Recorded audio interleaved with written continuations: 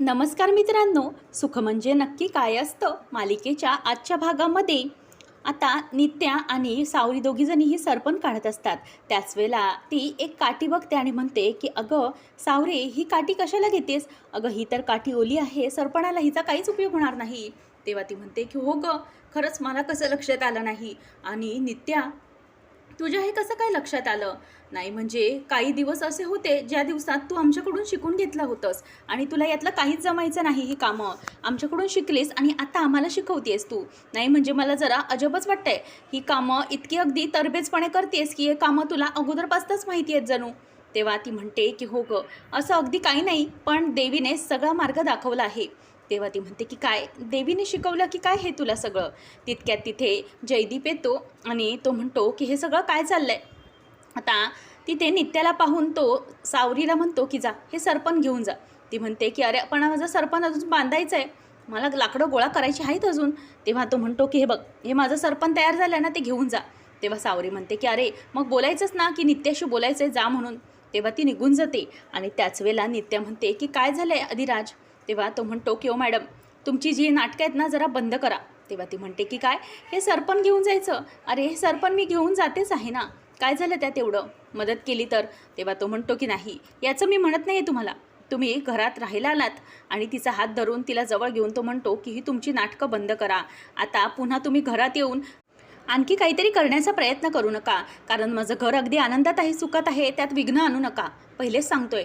तेव्हा नित्या म्हणते की अरे तू मला माझ्यापासून लांब राहा असं सांगतोयस आणि काय करतोयस काय? तर तूच हाताला धरून स्वतःच्या जवळ ओढतोयस आणि तूच तर जवळ घेतलंयस. तेव्हा तो म्हणतो की नाही, माझ्यापासून लांब राहायचं, लांब राहायचं. तेव्हा ती म्हणते की हो बाबा, तुझ्या आज्ञेच्या बाहेर आहे का मी? असं म्हटल्यावरती आता तो तिच्याकडे बघायला लागतो आणि त्यानंतर त्याला अधिराजला तिचा हात हातात घेतल्यानंतर नित्य त्याची खून बघत असते आणि त्याच वेळेला ती खून बघितल्यानंतर शालिनीने त्यांच्यावर वार केलेला हे सगळं तिला आठवतं आणि अधिराजचा तो हात हातामध्ये नित्या घेते आणि नित्या त्याच्याच त्या हाताला आता किस करते आणि त्याच वेळेला अधिराज स्वतःचा हात पटकन झटकून बाजूला घेतो आणि म्हणतो की हे काय चाललंय काय तुमचं? लांब राहा सांगितलं तर तुम्ही हे सगळं काय करताय? तेव्हा ती म्हणते की ही खून आहे ना खूप जुनी आहे आणि खूप महत्त्वाची आहे, म्हणूनच या खुनेला जरा प्रेम दिलं. असं म्हटल्यावर आता अधिराज तिच्याकडे बघत राहतो. ती म्हणते की ही खून तुला आठवत नाही तोपर्यंत सगळं कठीण आहे, ही खून तुला आठवली पाहिजे, ही कसली आहे ती?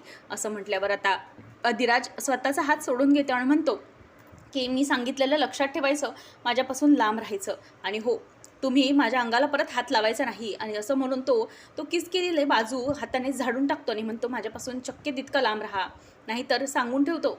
तेव्हा लगेच ते सरपण घेण्यासाठी तो निघत असतो.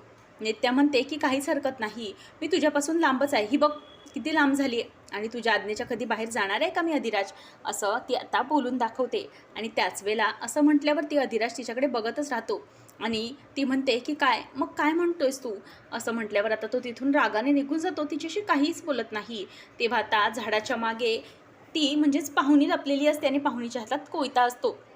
पाहुणी सगळं त्यांचं बोलणं ऐकते आणि झाडाला तो कोयता लावते आणि तिला नित्याचा खूपच राग आलेला असतो. नित्या आता अधिराजकडे बघत असते, हे सगळं पाहून तिचा राग अनावर झालेला असतो आणि ती रागानेच तिच्याकडे बघत राहिलेली असते. त्यानंतर आता इथे लग्न घरामध्ये मस्त लाडू वळणं सुरू असतं.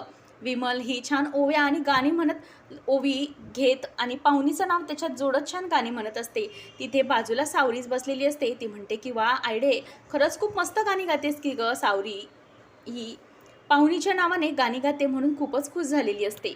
नंतर आता नित्या बाहेर असते आणि रामनाथ काका येतात. आता रामनाथ काका आल्यानंतर लगेच विमल म्हणते की काय हो बोला रामूदादा, काय झालं? तेव्हा ते म्हणतात की संध्याकाळी चुडा घेऊन येण्याचा आहे, बायकांसाठी बांगड्या आणण्यात, पण आता तरी हा चुडा घ्या. हा चुडा आहे तो नवरीच्या नावचा आहे आणि तो चुडा तुम्हाला देवीजवळ ठेवावा लागेल. देवीजवळ हळद कुंकू म्हणून तो चुडा ठेवून द्या आणि कसं आहे ना, बाकीच्या बांगड्या व्यवस्थित आणतो मी, अजिबात काळजी करू नका. तेव्हा ती म्हणते की हो, संध्याकाळी वेळेवर या आणि हो, बायकांसाठी पण चांगला चुडा घेऊन या बरं का. तेव्हा कासार म्हणतो की हो चालेल, आम्ही जातो. आणि नंतर आता इथे विमल पुन्हा गाणी गायला सुरुवात करते आणि चुड्याचं काम सुरूच असतं. तर इथे सावरीच्या हातामध्ये विमल बांगडी देते आणि म्हणते की हे काम कर. ती म्हणते की आयडे मी समजा ऐकलेलं आहे, मी जाते बघते काय करायचं ते. नंतर ती आतमध्ये निघून जाते आणि त्याच वेळेला देवीकडे हात जोडून म्हणते की देवी आई, तुझ्या पुढे हा कुंकू आणि हळदीचा करंडा ठेवलाय, तो जरा आशीर्वाद मानून घे आणि या चुड्याला आशीर्वाद दे. नंतर आता नित्या ही शालिनीकडे आलेली असते. ती राजमाला आवाज देत असते, राजमा राजमा इकडे ये असं म्हणत असते. त्याच वेळेला शालिनी समोर येते. शालिनी म्हणते की काय गं, काय एक आनंदाची बातमी आणली आहेस का? ती म्हणते की आनंदाची बातमी तर आहेच. तेव्हा लगेच शालिनी म्हणते की बोल, त्याचा फाईल सापडली आहे का अधिराची? असं असेल तर तुझ्यासाठी मी पायघड्याच घालेन. तेव्हा नित्या म्हणते की नाही, ती काही बातमी तशीवाली नाही आणली मी अधिराज आणि पाहुणीच्या लग्नाचे लाडू आणलेत. विमल मावशीने मस्त आताच गरम गरम लाडू बनवले आहेत, म्हणूनच तुमचं सगळ्यांचं तोंड गोड करायला म्हणून लाडू आणले आहेत. हे ऐकल्यावरती आता लगेच सगळेजण खुश होतात. शालिनी म्हणते की अच्छा, लाडू आहेत का? तेव्हा राजमाच्या हातात ती लाडू देते आणि तिथून लक्ष्मी निघून जाते. आणि त्यानंतर शालिनी म्हणते की काय गं, ऐकलं मी बातमी, खरंच खूप आनंद झाला की अधिराज आणि पाहुणीचं लग्न होतं आहे. खरंच खूप चांगली जोडी आहे त्यांची, गोड आहेत दोघं. आणि हो, ती पाहुणी पण खरंच खूप गोड मुलगी आहे. तेव्हा हे ऐकल्यानंतर लगेच पुढे नित्याला ती म्हणते की काय गं, तुला काय झालं? अधिराजचं लग्न होतं ते चांगलंच आहे ना? तेव्हा नित्या म्हणते की तुम्ही मला सांगितलं की आपण पर्सनल व्हायचं नाही, प्रोफेशनल राहायचं आहे, पण तुम्हीच पर्सनल गोष्टीमध्ये शिरताय. तेव्हा नित्याला ती म्हणते की तसं नाही गं, अधिराजचं लग्न आणि तुझं यात काय पर्सनल आहे मला कळत नाही. मी तर फक्त अधिराजच्या लग्नाचंच बोलली, यात तर मी तुझा काही विषय काढलाच नव्हता ना. तेव्हा नित्या म्हणते की तसं नाही, तुम्हाला काय म्हणायचं ना मला चांगलंच कळलेलं आहे. तेव्हा आता लगेच पुढे ती म्हणते की अगं जाऊ दे ना, त्या बिचारीचं लग्न होतं आहे, अधिराज पण चांगला मुलगा आहे. आणि हो, मला समजलं आहे की ती एकटी आहे, तिला आईवडील कोणी नाही, म्हणून तिच्याबद्दल जास्त माया वाटते गं. जाऊ दे, तिच्या लग्नाचा खर्च आहे ना तो सगळा मी करेन माझ्या बाजूने. तेव्हा लगेच पुढे नित्या म्हणते की कशाला या सगळ्यामध्ये पडताय तुम्ही? तेव्हा शालिनी म्हणते की एकदा शालिनीने ठरवलं की ठरवलं, आता तू ठरवल्याप्रमाणेच मी सगळं काम करणार आहे, बघ तू. नंतर आता नित्या म्हणते की ठीक आहे, तुम्हाला पर्सनल व्हायचंच असेल तर मी तसंच बोलेन तुमच्याशी, काहीच प्रॉब्लेम नाही. पण कसं आहे ना, अधिराजचं लग्न हे पाहुणीसोबत होणार नाही. हे ऐकल्यावर आता शालिनी उठून बसते आणि त्यानंतर म्हणते की काय बोलतेस तू? तेव्हा ती म्हणते की हो, अधिराजचं लग्न मी होणार त्याच्याबरोबर होणार नाही, अधिराज आणि माझंच लग्न होणार आहे. आणि हो, तुम्हीचं असं ऐकल्यानंतर तुम्ही तोंडावर पडणार आहात. तेव्हा शालिनी चिडून उठते आणि म्हणते की काय तू या शालिनीला तोंडावर पाडण्याची भाषा करतेस? तुला कळतंय का तू काय बोलतेस ते? त्याच वेळेला आता नित्या म्हणते की हो, मी पूर्ण शुद्धीत बोलते हे सगळं, की मी तुम्हाला तोंडावर पाडणारच आहे. तेव्हा लगेच पुढे ती म्हणते की एक लक्षात ठेव, तू माझी नोकर आहेस, हे कॉन्ट्रॅक्ट माझं आहे आणि मी मालकी नाही याची. ठरवलं तर तुला आत्ता या कॉन्ट्रॅक्टमधून मी बाहेर काढू शकते. तेव्हा नित्या म्हणते नोकर असली ना तरी हे कॉन्ट्रॅक्ट बंद करण्या इतपत ताकद आहे माझ्यामध्ये. तेव्हा आता शालिनी म्हणते की अच्छा, तू आणि माझं कॉन्ट्रॅक्ट बंद करणार? कोणाशी बोलतेस ना हे जरा विचार करून बोलत जा, तुला रस्त्यावर आणायला कमी नाही करणार मी. त्याच वेळेला आवाज वाढल्यामुळे नित्या रागवते आणि म्हणते की शालिनी वहिनी, आवाज खाली करा. तेव्हा शालिनी म्हणते की काय? शालिनी वहिनी काय म्हणालीस तू? Come again, sorry. तेव्हा ती म्हणते की शालिनी म्हणाले आवाज खाली करा म्हणाले. तेव्हा ती म्हणते की नाही, त्याच्या अगोदर काय म्हणालीस तू? तेव्हा नित्या म्हणते की शालिनी मॅम म्हणाले आवाज वाचतायत तुमचे आणि कानही वाचताय. तेव्हा नित्याला ती म्हणते की हे बघ, जास्त ओव्हरस्मार्ट बनण्याचा प्रयत्न करू नकोस आणि त्या आधी पाहुणीचं लग्न मी लावूनच राहणार आहे. आणि बघ, असं केलं नाही तर माझं नाव शालिनी नाही, असं ती तिच्या नेहमीप्रमाणे बोलते. आणि नित्याला ते सगळं आठवतं. नित्या म्हणते की बघूया कोण जिंकतं ते. आता मीही एकदम चॅलेंजेस घेतला आहे की माझं आणि अधिराजचंच लग्न होणार आहे. आणि हो, तोंड कडू झालं असेल ना, तेवढे लाडू पाठवलेत ते खाऊन घ्या, म्हणजे कसं आहे ना, तोंड जरा कडू असेल ते गोड होईल. निघते मी, गोड लाडू खा बरं, असं म्हणून ती आता तिथून निघून जाते. आणि शालिनी आता या सगळ्यामुळे खूपच चिडलेली असते. शालिनीने आता हे सगळं पर्सनल घेतलेलं असतं. नित्या निघून गेल्यावर तिच्या डोक्यामध्ये आता विचार सुरू असतात की हे सगळं नेमकं काय होत आहे. आणि नित्याने मला चॅलेंज दिलं आहे, मी हिला रस्त्यावर आणल्याशिवाय राहणार नाही, असा विचार ती करत असते. त्यानंतर आता इथे चुडा भरण्याचा कार्यक्रम सुरू होणार असतो आणि लगेच त्या बांगडीवाल्याला नित्या बाजूला उभी असते आणि बघत असते. तेव्हा लगेच विमल म्हणते की हे बघा, या सगळ्या बायकांसाठी आणल्यात ना हो बांगड्या रामभाऊ? तेव्हा तो म्हणतो की हो आणल्यात, काळजी करू नका, चांगल्या 12-13 डझन आणलेल्या आहेत. तेव्हा पाहुणे तिथे आलेली नसते. विमल सगळ्यांना म्हणते की बायकांना तुम्ही पण बांगड्या भरायच्यात. आता कासार म्हणतात की चला बायकांनी या आणि लवकर नवरीला पण बोलवा.